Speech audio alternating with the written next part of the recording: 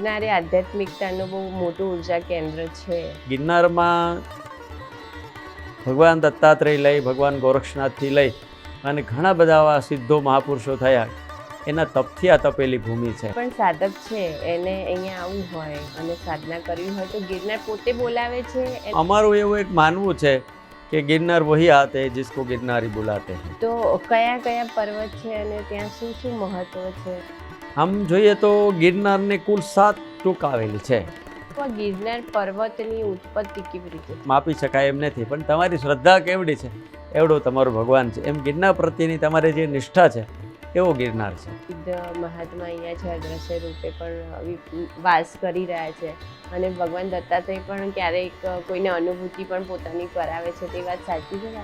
આવા મહાપુરુષોને આવી ચેતનાઓનું દર્શન કરવા માટે આપણી યોગ્યતા, પાત્રતા, લાયકાત હોય ત્યારે આપણે એના દર્શનનો અનુભવ કરી શકે છે. પણ હું ચોક્કસ છે કે આપ પણ ગિરનારમાં જ્યારે સમર્પિત થઈ અને બેસજો ત્યારે ચોક્કસ ને ચોક્કસ કોઈ ને કોઈ અનુભૂતિ મળે જ છે. ગિરનારની પરિક્રમાનું પણ બહુ મહત્વ છે. વર્ષે એક વખત આવે છે. એ ક્યારથી ચાલુ થઈ અને શું મહત્વ? અને પરિક્રમા કરતાં કરતાં જે મહાપુરુષોએ, સિદ્ધો, સંતોએ ગિરનારમાં વિચરણ કર્યું છે એને અનાયાસે જે એની ઉર્જા છે એ ઉર્જાનો અનુભવ માટે ગિરનારની પરિક્રમા છે. ભગવાનની નજીક જઈએ, ધર્મની નજીક જઈએ અને ધર્મની નજીક રહેશું. ધર્મ રક્ષતી રક્ષતું. જો આપણે ધર્મનું રક્ષણ કરશું તો ધર્મ આપણું રક્ષણ કરશે. નમસ્કાર મિત્રો, અમારી ચેનલમાં આપનું સ્વાગત છે. આજે આપણે અવધૂત આશ્રમમાં આવ્યા છે ગિરનારમાં અને શ્રી મહાદેવગીરીજી બાપુ સાથે થોડો સત્સંગ કરીશું, ગિરનાર વિશે જાણીશું અને આવો આપણે એમની સાથે વાત કરીએ. બાપુ પ્રણામ. નમો નારાયણ. નમો નારાયણ. નમો નારાયણ. આપના ચરણોમાં નમન. બાપુ આપના વિશે થોડું જણાવો. અમારા વ્યુઅર્સ આજે જે નવા વ્યુઅર્સ છે એ કદાચ નથી જાણતા, તો આપના વિશે થોડા 2 શબ્દ પરિચય આપો. ગુરુ બ્રહ્મા ગુરુ વિષ્ણુ ગુરુ દેવો મહેશ્વર ગુરુ સાક્ષાત પરબ્રહ્મ તસ્મૈ શ્રી ગુરુવે નમઃ. ગિરનારની આ પવિત્ર ભૂમિમાં અવધૂત આશ્રમમાં આપનું પણ સ્વાગત છે. આ જે નિહાળેલા આપને જે જાણનારા, માનનારા, ચાહનારા લોકોને પણ મારા જાજાથી જય ગિરનારી. નમો નારાયણ. વ્યક્તિએ પોતાના વિશે કંઈ બોલવું એ મારી દૃષ્ટિએ તો યોગ્ય નથી, પણ છતાંય હું અવધૂત આશ્રમ ભવનાથ તળેટીમાં રહું છું. અમારી એક સંસ્થા ગિરનાર ઉપર છે જેનું નામ છે આનંદ ગુફા. વર્ષો સુધી અમારા દાદા ગુરુ એટલે પૂજ્ય બાલકૃષ્ણગીરી બાપુ રહ્યા. ત્યાર પછી અમારા ગુરુદેવે ત્યાં તપસ્યા સાધના કરી અને અમે પણ ગિરનાર ઉપર ઘણા સમય સુધી રહ્યા અને અત્યારે હું અવધૂત આશ્રમમાં રહું છું. અમારી એક સંસ્થા જુનાગઢથી 15 કિલોમીટર દૂર જ્યાં કેરાળા ગામ છે ત્યાં ગૌશાળા છે. અમારો મુખ્ય સેવાનો ઉદ્દેશ ગૌ સેવા છે. એટલે જે આમ કહીએ તો અમારી પ્રેરણાથી, બાકી તો લોકો કરે છે, અમે કરતા નથી, પણ પ્રેરણાથી એવી 4-5 ગૌશાળાઓ પણ ચાલે છે જે નિરાધાર છે, અપંગ, વૃદ્ધ, જે લોકો નથી રાખતા એવી ગાયોને ઓછામાં ઓછી અત્યારે 400 થી 500 ગાયોની સેવા ત્યાં પણ છે. કેરાળામાં જે ગૌશાળા છે એ ગીર ઓલાદની જે ગાયો છે સારી એની સેવા છે, જેનાથી લોકોને ખ્યાલ આવે કે ગાય અને ગીર ગાય શું કહેવાય એ હેતુથી આપણે ત્યાં પણ ગૌશાળા છે. અને બાકી તો ગિરનારમાં રહીએ છીએ અને દત્ત મહારાજની ભૂમિ છે અને એનું સાનિધ્ય છે અને ગિરનારની એક મોજ ખોજ માટે હોય છે. એટલે આ ભૂમિમાં રહેવું એ પણ અમે માનીએ છીએ કે આ સદભાગ્ય છે. સદભાગ્ય છે અને મારે પણ આજે આવવું અને આપની સાથે સત્સંગ કરવો એ પણ મારું સૌભાગ્ય છે એવું મને લાગી રહ્યું છે. અને બાપુ, ગિરનાર એ આધ્યાત્મિકતાનું બહુ મોટું ઉર્જા કેન્દ્ર છે, તો આપ ગિરનાર વિશે જણાવો. ગિરનાર એક ભૂમંડળનો ભાગ તો છે જ, પણ સાથે સાથે ગિરનાર એક આધ્યાત્મિક ઉર્જાનો પહાડ છે જ્યાં આધ્યાત્મિક ચેતનાઓ, આધ્યાત્મિક ઉર્જાઓ વર્ષો યુગોથી આ ગિરનારની આ પવિત્ર ભૂમિમાં હજારો લાખો સાધુ સંતોએ આ ગિરનારની ભૂમિને રહીને સાધના કરી છે અને પોતાની ઉચ્ચતર ગતિને, જેમાં 2 પ્રકારના મહાત્માઓ હોય છે. એક વ્યવસ્થાના સાધુ છે, એક અવસ્થાના સાધુ છે. તો અવસ્થાના સાધુઓ છે ગિરનારની ગુફાઓમાં, જંગલોમાં, પહાડોમાં રહી અને જે માત્ર ને માત્ર સાધનાઓમાં જ રત છે. તો એવા ઘણા બધા સાધુઓ ગિરનારમાં વર્ષો પૂર્વે ને અત્યારે પણ છે. કે જે ગિરનારમાં રહે છે. કારણ કે ગિરનારમાં ભગવાન દત્તાત્રેય લઈ, ભગવાન ગોરક્ષનાથથી લઈ અને ઘણા બધા આવા સિદ્ધો મહાપુરુષો થયા, એના તપથી આ તપેલી ભૂમિ છે. એટલે અહીંયા વધારે એનર્જી, પોઝિટિવ વાતાવરણ, પ્રાકૃતિક વાતાવરણ અને નૈસર્ગિક સૌંદર્ય આ બધું જ તમને અહીંયા મળી રહે છે, જે સાધનાના માટે ઉત્તમ છે. એવી ભૂમિ એટલે આ ગિરનાર છે. જી બાપુ. તો બાપુ કોઈ પણ સાધક છે એને અહીંયા આવવું હોય અને સાધના કરવી હોય તો ગિરનાર પોતે બોલાવે છે, એનું સિલેક્શન થઈને કે કઈ રીતનું હોય છે? હા, એવું અમારું એવું એક માનવું છે કે ગિરનાર વહી આતે જિસકો ગિરનારી બોલાતે હૈ. ગિરનાર એ જ આવે છે કે જેને ગિરનાર બોલાવે છે, ભગવાન દત્તાત્રેય બોલાવે છે. કારણ કે એમની ભૂમિ છે. કોઈની પણ ભૂમિમાં જાવ તો એ વ્યક્તિ જ જ્યારે ખુશ હોય ત્યારે જ આપણે ત્યાં જઈ શકીએ, રહી શકીએ અને કંઈ કરી શકીએ છીએ. બાકી તો આવાગમન તો હોય જ છે, ઠીક છે, આવો ને જાઓ, એ આખો વિષય પર્યટન, પ્રવાસ, દર્શન જુદો વિષય છે. સાધનાની વાત કરીએ તો સાધના માટે તો ગિરનારમાં રહેલી ચેતનાઓની જ્યારે ઈચ્છા થાય એ લોકો જ અહીં સાધના કરી શકે છે. અને સાધના કર્યા પછી એ જે લેવલે એને પહોંચવું છે એ લેવલે પહોંચી શકવા માટે અહીંની જે ચેતનાઓ છે એમના આશીર્વાદ પણ ખૂબ જ જરૂરી છે. અને બાપુ ગિરનારની બહુ બધી પર્વતમાળા છે. જ્યારે આપણે જુનાગઢમાં એન્ટર થઈએ છીએ ત્યારથી પર્વતો દેખાવાનું ચાલુ થઈ જાય છે. તો કયા કયા પર્વત છે અને ત્યાં શું શું મહત્વ છે? આમ જોઈએ તો ગિરનારની કુલ 7 ટૂંક આવેલી છે. એમાં પ્રથમ પહેલી ટૂંક છે જ્યાં પૂર્વે પ્રાચીન રાણક દેવી રાખેંગારનો મેલ તરીકે ઓળખાતો આજે જૈન મંદિર તરીકે ઓળખાય છે. એ પહેલી ટૂંક છે ગિરનારની. પછી અંબાજી મંદિર છે, જ્યાં આપણી શક્તિપીઠ છે, જે વર્ષો સુધી શાક્ત લોકો, જે શક્તિના ઉપાસકો છે, એમણે સાધના કરી છે. ત્યાર પછી ભગવાન ગોરક્ષનાથ છે, જે યોગના સાધક છે. કારણ કે આપણા જે 84 આસનો છે એ ગોરક્ષનાથના ગુરુદેવ એટલે મચ્છેન્દ્રનાથજીની દેન છે. અમને એ કૃપાથી ગુરુ ગોરક્ષનાથજી પણ અહીં સાધના કરી, જે યોગ માર્ગના છે. ત્યાર પછીની જે ટૂંક છે એ ઓઘો ટૂંક છે. ત્યાર પછીની જે ટૂંક છે એ ભગવાન દત્તાત્રેયની છે. પછી માતા અનસુયા, રેણુકા અને મહાકાલી, આવી 7 ટૂંકો ગિરનારમાં મુખ્યત્વે આવેલી છે. એમાં આપણે ત્યાં દત્તાત્રેય સુધી પગથિયા છે. બાકીની જે ટૂંકો છે ત્યાં કેડી માર્ગેથી તમે જઈ શકો છો. બીજી વાત કરીએ તો ગિરનારની 30 કિલોમીટરનો જે રાઉન્ડ છે, જે એરિયા છે, એની આજુબાજુમાં જે પહાડો છે એમાં દાતાર પણ આવેલા છે, જ્યાં હિન્દુ અને મુસ્લિમ બંને સાથે રહી અને ત્યાં પૂજા અર્ચના પોતપોતાની પદ્ધતિ પ્રમાણે કરે છે. દામોદર કુંડની સામેનો જે પહાડ છે એ પહાડને જોગણીઓ કહેવાય છે, જ્યાં શક્તિઓ અદૃશ્ય રૂપે બિરાજમાન છે. જે શક્તિના ઉપાસકો છે એ લોકો પણ ત્યાં વધારે સાધના કરી શકે છે અને વધારે એમને ઉર્જા મળી શકે છે, આવી એક ધારણા છે. તો આ પહાડો અલગ અલગ પહાડોના અલગ અલગ નામ છે અને ત્યાં અલગ અલગ ચેતનાઓ અલગ અલગ રીતે અલગ અલગ સાધના પદ્ધતિમાં પોતાની ચેતનાઓ આશીર્વાદ વરસાવતી રહી છે. એ જાણવું કરતાંય અનુભવવું મહત્ત્વનું છે. એ જે અનુભવે એને જ ખ્યાલ આવે એવું છે. ઈશ્વરની પ્રાપ્તિમાં આપણે માર્ગમાં ચાલતા હોય છે તો અનુભૂતિ જ વધારે મહત્ત્વની છે, એવું છે. અને બાપુ આપણે જે શક્તિપીઠ છે અંબાજીની વાત કરી તો માનું પ્રાગટ્યનું કંઈ આપને પોષ શુદ્ધ પૂર્ણિમા, પોષ મહિનાની પૂર્ણિમા એ અંબાજી પ્રાગટ્ય તરીકે ગિરનારમાં ઉજવાય છે.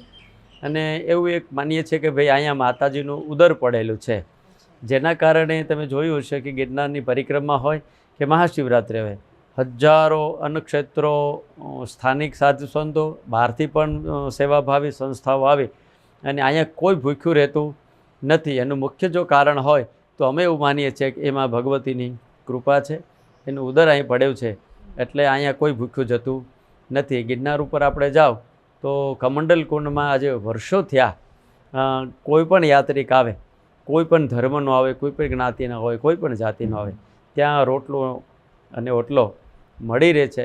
એ ગિરનારી મહારાજને માં ભગવતીની કૃપા છે.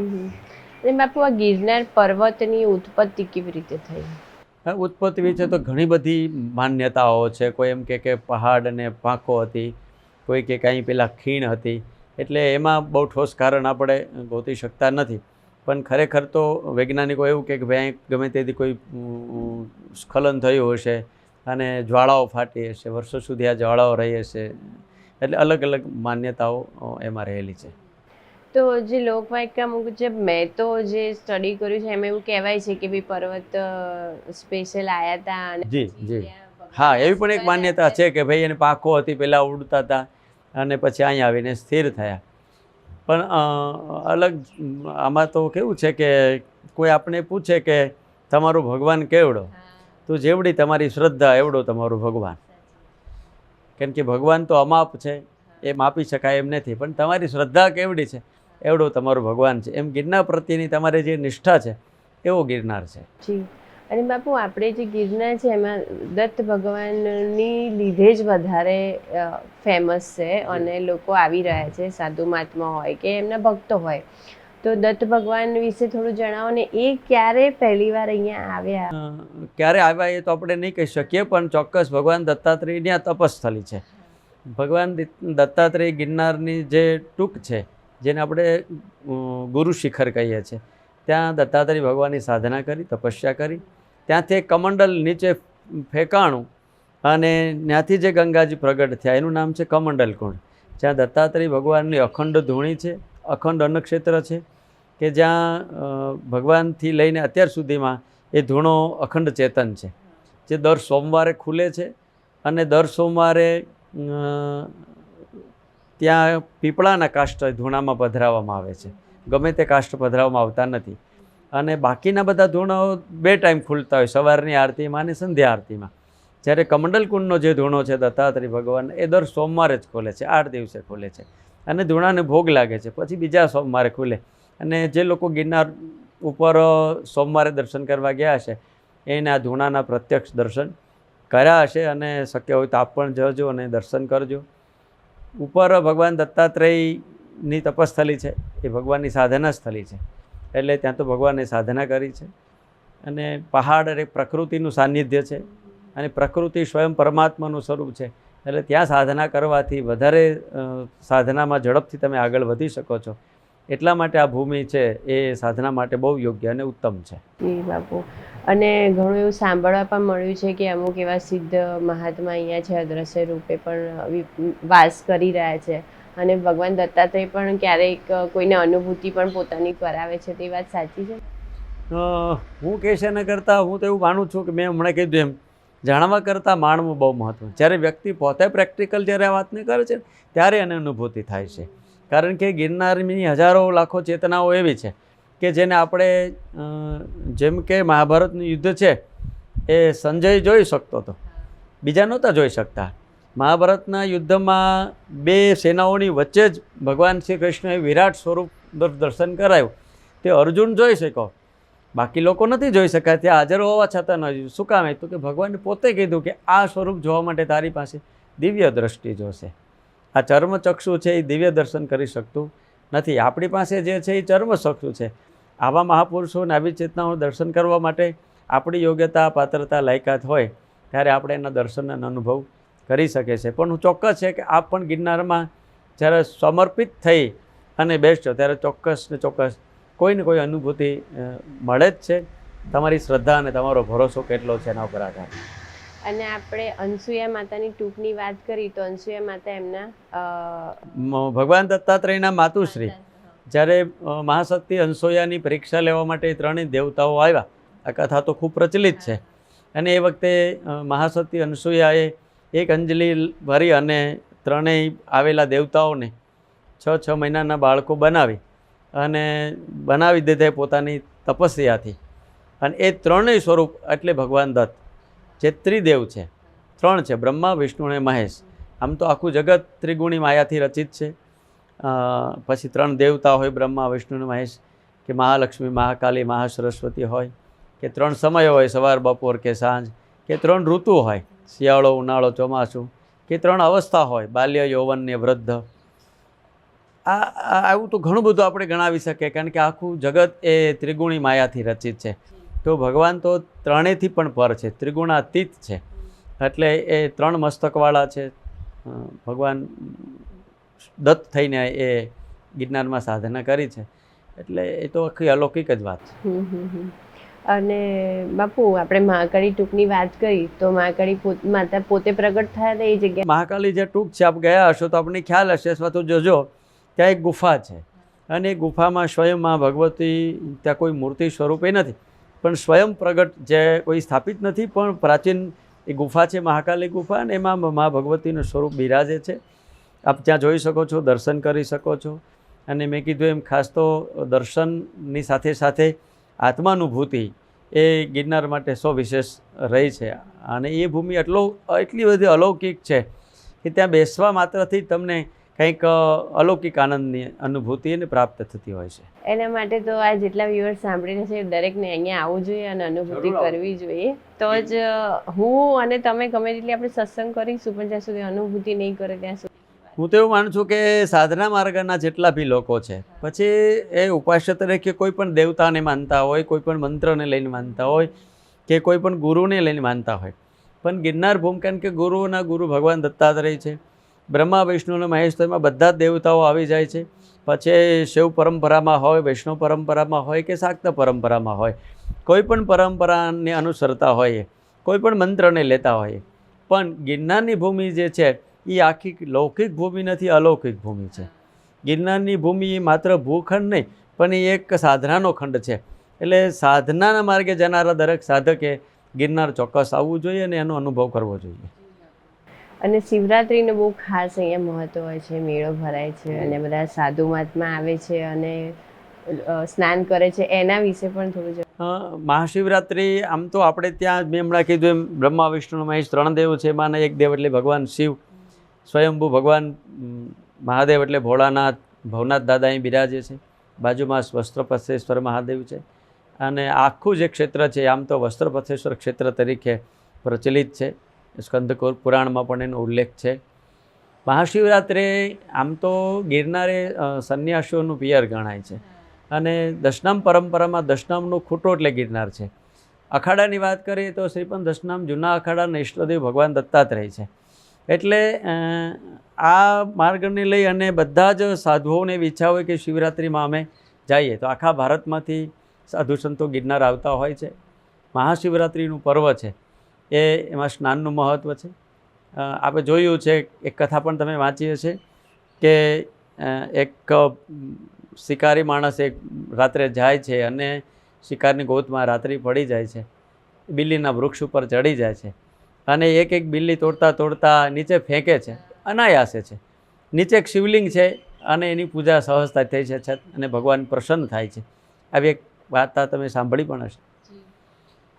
અનાયાસે ભગવાનનું શિવ પૂજન થવાથી પણ જો ભગવાન પ્રસન્ન થતા હોય તો સહર્ષ રીતે આપણે ભગવાનની પૂજા કરીએ તો ભગવાન તો ખુશ થાય જ. એક પત્રમ, એક પુષ્પમ, એક લોટા જલકી ધાર, દયાલુ રીઝ કે દેતે ચંદ્રમૌલી ફલચાર, એવો ભગવાન શિવ છે. એનું પર્વ એટલે શિવરાત્રિ છે. એટલે સાધુઓની ઈચ્છા હોય કે અમે શિવરાત્રિનો મેળો કરીએ. ત્યાં સંત દર્શન પણ છે, ગિરનારની ભૂમિનું દર્શન છે અને પ્રકૃતિનું વાતાવરણ છે અને સ્નાનનું મહત્ત્વ છે. આ બધા સાથે લઈ અને લગભગ ભારતના સાધુઓ શિવરાત્રિનો મેળો કરતા હોય છે અને એનાથી કંઈ ને કંઈ લોકોને કંઈ ને કંઈ અનુભૂતિ ચોક્કસ થતી જ હોય છે. અને ગિરનારની પરિક્રમાનું પણ બહુ મહત્વ છે, વર્ષે એક વખત આવે છે, તો એ ક્યારથી ચાલુ થઈ અને શું મહત્વ છે? કારતક સુદ એકાદશીથી લઈ અને કારતક સુદ પૂર્ણિમા સુધી 5 દિવસ ત્યાં ગિરનારની પરિક્રમા છે. કારણ કે આપણે એવું માનીએ છીએ કે આપણું વર્ષ જે છે એ દિવાળીના દિવસે આપણે વર્ષ પૂરું કરીએ છીએ. નૂતન વર્ષ આપણે એટલે કાર્તિક મહિનાનું પ્રથમ દિવસ એ આપણું નવું વર્ષ છે. નવા વર્ષમાં આપણો એક ભાવ રહ્યો છે, આપણી પરંપરાનો ભાવ રહ્યો છે કે અમે વડીલોના, સંતોના, ગુરુઓના, ભગવાનના આશીર્વાદ લઈ અને અમે નવા વર્ષની શરૂઆત કરીએ. એ ધ્યાન રાખી. પ્રકૃતિ સોળે ગળાએ ખીલી હોય છે કારતક મહિનો છે એટલે લોકો જીવનની શરૂઆત, નવા વર્ષની શરૂઆત માટે થઈ અને એકાદશીના દિવસે ગિરનાર આવે. અને પહેલાં તો એવી પરંપરા રહી હતી કે એકાદશી દિવસે લોકો આવે, આખો દિવસ ગિરનારમાં રહેલા આશ્રમો જે છે એ બધા સાધુ સંતોના દર્શન કરે, યથાયોગ્ય સેવા કરે, ભજન કીર્તન કરે અને આખો દિવસ ગિરનારમાં પોતાનો નિજાનંદ માણે. અને રાત્રે 12 વાગે જ્યારે પરિક્રમાનો ગેટ ખુલે ત્યારે લોકો પરિક્રમા કરતાં કરતાં ભગવાનનું ભજન કરતાં કરતાં પ્રવેશ કરે. ચીણા બાવાની મઢીમાં પ્રથમ પડાવ થાય ત્યાં લોકો રોકાઈ જતા હતા. શું કામ? તો કે ત્યાં રાત્રિ રોકાણ, જંગલ છે, પહાડ છે, પ્રકૃતિ છે, ભગવાનનું સાનિધ્ય છે, નીરવ શાંતિ છે. આ બધાનો અનુભવ કરવા માટે લોકો ત્યાં રોકાતા. અને પછી બીજો પડાવ માળવેલા અને બોરદેવી, આવી 3 રાત્રિ ગિરનારમાં કરી અને પછી ભવનાથમાં આવે. ત્યાંથી ભગવાન દત્તાત્રેયના દર્શન કરે, ગિરનારમાં ફરતા ફરતા નીચે આવે, દામોદર કુંડ સ્નાન કરે અને પછી પોતાની ઘરે જાય. આ આપણી આખી પ્રણાલિકા રહી હતી. વર્તમાન સમય બદલાયો, ઝડપી યુગ આવ્યો, લોકો હવે રોકાતા નથી. પણ ખરેખર તો રોકાવું જોઈએ, જેનાથી આખી જે હેતુ જે આપણો છે, જે કંઈ મેળવવા આવ્યા છે, એ ચોક્કસ આપણને મળી શકે. અને પરિક્રમા કરતાં કરતાં જે મહાપુરુષોએ, સિદ્ધો, સંતોએ ગિરનારમાં વિચરણ કર્યું છે, એ અનાયાસે જે એની ઉર્જા છે, એ ઉર્જાનો અનુભવ માટે ગિરનારની પરિક્રમા છે. પ્રકૃતિનું સાનિધ્ય છે, સાથે સાથે એના જે વાઇબ્સ છે, એના જે આખી પોઝિટિવ ઓરા છે, એ ઓરાના અનુભવ માટે ગિરનારની પરિક્રમા છે. અને એવા માટે પરિક્રમા કરવી જોઈએ. ખરેખર પરિક્રમા એ કોઈ પર્યટન કે એન્જોય માટે નથી. પરિક્રમા એ પ્રકૃતિનું સાથે તાદાત્મ્ય કેળવવા માટે પરિક્રમા છે. અને બાપુ, આપણે જે સાધના કરવા માટેની જે વાત આવે, કોઈ પણ સાધક છે આવું હોય તો એ કોઈ પણ માર્ગના હોય એ આવી શકે છે? ભક્તિ હોય કે જ્ઞાન, કોઈ પણ માર્ગ. તો પણ પછી અહીંયા આગળ મહાત્મા પણ એમને એ પ્રમાણે ગાઈડલાઈન આપે છે કે? હા, એવા ઘણા બધા મહાત્માઓ છે જ અહીંયા, નથી એવું નથી કે એમને રહેવાની વ્યવસ્થા છે, ભોજનની વ્યવસ્થા છે, લૌકિક એની જે કાંઈ જરૂરિયાતો હોય એ આશ્રમોમાં એમને મળે છે, નથી મળતું એવું નથી. અને એ પ્રમાણે એને જે સાધના કરવી છે એ ગુરુકૃપાથી અથવા એમના ગુરુએ જે બતાવેલા માર્ગથી સાધક પોતાની સાધના કરી શકે છે. ને બાપુ, સનાતનની વાત કરીએ તો સનાતન શબ્દ તો લગભગ મને એવું લાગે છે ઘણા ટાઈમથી છે. જો આપ થોડું એના વિશે જણાવો તો વધારે સારું. આમ તો સનાતન એટલે પ્રાચીન થાય, જે છે, હતો ને હશે એવી વાત નથી. જે છે, સૂર્ય પહેલાં નહોતો, ચંદ્ર પહેલાં નહોતો, હવે છે, હવે આટલો જ રહેશે, પછીનો, એવું કાંઈ છે નહીં. જે છે એનું નામ સનાતન. જે કોઈના દ્વારા, કોઈ વ્યક્તિથી, કોઈ નિશ્ચિત કાળથી નથી. જે છે જ, જે કોઈ વ્યક્તિથી ચાલે છે એ બધા સંપ્રદાયો કહેવાય. સનાતન એ કોઈ વ્યક્તિથી ચાલેલી વાત નથી. દરેક સંપ્રદાયની એક તારીખ, ચોક્કસ નિયમો, ચોક્કસ બધું છે, બરાબર છે. જ્યારે સનાતન છે કોઈ વ્યક્તિથી નહીં, પણ એ સ્વયં છે. અને જે સ્વયં છે એ છે જ, એમાં કાંઈ આવે તો જવાની વાત છે, જે આવતો જ નથી તો જવાનું પ્રશ્ન જ નથી. એટલે સનાતનને બચાવવા માટે અત્યારે ઘણા બધા પ્રયત્નો થઈ રહ્યા છે બાપુ. હા, કારણ કે મૂળ પરંપરા, સનાતન એટલે મૂળ પરંપરા. જે પ્રાચીન પરાઓમાં, જેમ આપણા ઉત્સવો છે, આપણી પ્રાચીન પૂજા પદ્ધતિઓ છે, આપણા મંદિરો છે, આપણા રીત રિવાજો છે, એમાં ક્યાંક ને ક્યાંક નવા ફણગા ફૂટી અને સંપ્રદાયોની દૃષ્ટિએ જોઈએ કે કોઈ વૈચારિક દૃષ્ટિએ જોઈએ, જ્યારે પ્રાચીન પરંપરાને ખંડિત કરવાની વાત આવતી હોય ત્યારે, કારણ કે સનાતન તો આપણને બચાવી રહ્યો છે, આપણે સનાતનને બચાવી લઈએ એવી કંઈ વાત નથી, પણ આપણી જે પરંપરાઓ જે છે એ પરંપરાઓ જળવાઈ રહેવી જોઈએ. એના માટેના પ્રયાસો ઘણા લોકો કરે છે અને કરવા જોઈએ. જી બાપુ. અને મને એવું લાગે છે કે આપણે આ જે ચર્ચા ચાલી રહી છે એને વિરામ આપવા માટે આપના તરફથી આપ થોડા આશીર્વચન અમારા. હા, હું તો આ સાંભળતા લોકોને ચોક્કસ એટલું જ કહીશ કે વર્તમાન સમય એવું કંઈક છે કે આપણા જીવનમાં આપણે કંઈક પરિવર્તન લઈ આવીએ, ભગવાનની નજીક જઈએ, ધર્મની નજીક જઈએ અને ધર્મની નજીક રહેશું. ધર્મ રક્ષતી રક્ષતું. જો આપણે ધર્મનું રક્ષણ કરશું તો ધર્મ આપણું રક્ષણ કરશે. સ્વધર્મ નિધનમ શ્રેયમ પરમો ધર્મમ ભયાવહ. પોતાના ધર્મ માટે મરી જવું શ્રેષ્ઠ છે, પણ બીજાનો ધર્મ ભયજનક છે. આવું જ્યારે ગીતા કહે છે, આપણું શાસ્ત્ર કહે છે, ત્યારે દરેક વ્યક્તિએ સનાતનની પરંપરાને વળગી રહેવું જોઈએ, સનાતનની પરંપરાને સાથે રાખીને ચાલવું જોઈએ.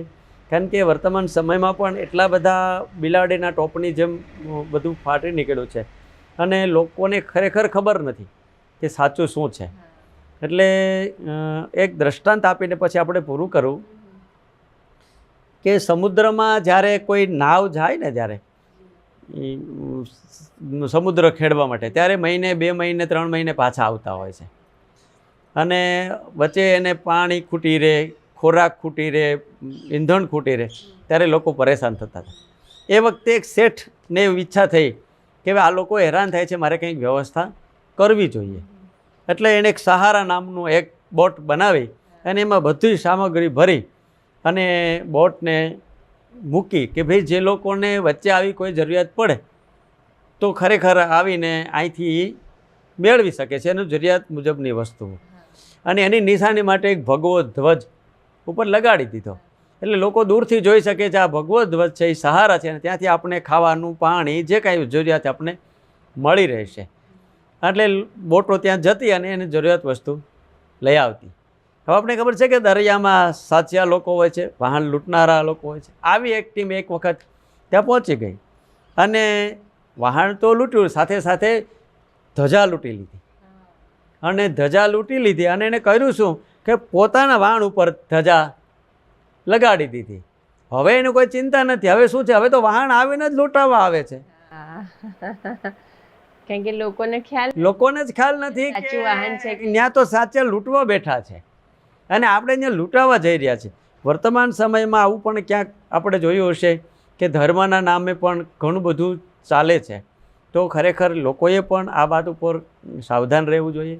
અખાડાઓ, પરંપરાઓ, ખરેખર તો સાધુ એટલે વૈરાગ્યથી થવાય છે, સાધુ જ્ઞાનથી થવાય છે, સાધુ તપસ્યા અને સાધનાથી થવાય છે. સાધુ એ માત્ર ભેષ નથી, માત્ર એક ડ્રેસ નથી, સાધુતા અંદરથી આવતી હોય છે. એટલે આવું થોડી કાળજી રાખીને ચાલીએ તો ચોક્કસ આપણે જ્યાં પહોંચવું છે, આપણે જે મેળવવું છે, આપણે ચોક્કસ મેળવી શકીએ છીએ. જય ગિરનારી. ઓમ નમો નારાયણ. ઓમ નમો નારાયણ.